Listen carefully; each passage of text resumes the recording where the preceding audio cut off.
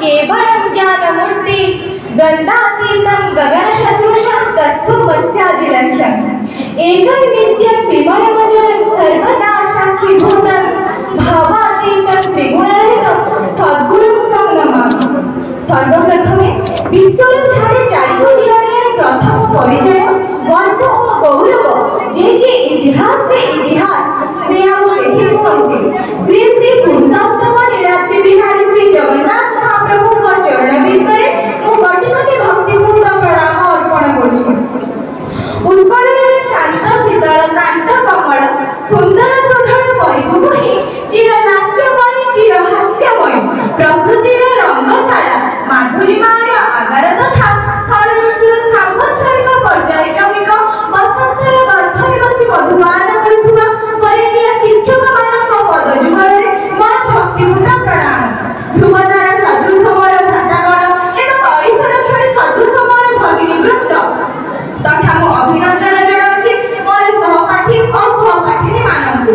आज हेउछि सेप्टेम्बर मास 5 तारिख पवित्र गुरु दिवस। एही पवित्र गुरु दिवस रे मते किछि कहिबार सुजोग मिलिथिबारु मो हृदयର ସମସ୍ତଙ୍କୁ आंतरिक श्रद्धा ज्ञापन କରୁछि। गुरु हेउछन्ति नमस्कार और पूज्य तांको बिना ज्ञानार्जन संभव नुहे। काहे काहे वैदिक जुगरु काहे काहे वैदिक कालरु गुरु मानकु सर्वोच्च आसन प्रदान कराଯାଇଛି। सेतिपाई भक्त नबी जगन्नाथ दास तांको भागवतरे लिखिछन्ति गुरुको नमणिबनार गुरु ही साक्षात ईश्वर। एही भावना ए भावमूर्ति वस्तुतः पुराण जुगरु समय सदरे शिक्षा मध्य परिवर्तन घटाइला। से शिक्षा परिवर्तन घटिबा परे स्वाधीनता परे आमर विशिष्ट दार्शनिक ऐतिहासिक तथा आमर महान राष्ट्रपति सर्वपल्ली राधाकृष्ण एही समस्या प्रति विशेष ध्यान देते। सेही महान व्यक्ति को महान चिंताधारा जन्म लेना आज गुरु दिवस। 1888 मसीहा पिता सर्वपल्ली वीरस्वामी और माता सीतामा को बड़मंडल करी सर्वपल्ली गाँव जन्मग्रहण करथिले राधाकृष्ण। मैसूर विश्वविद्यालय अध्यापक हिंदू विश्वविद्यालय कुलपति एवं भारत राष्ट्रपति ठारू उपराष्ट्रपति पर्यंत समस्त आसन अलंकृत करथिले डॉक्टर राधाकृष्ण।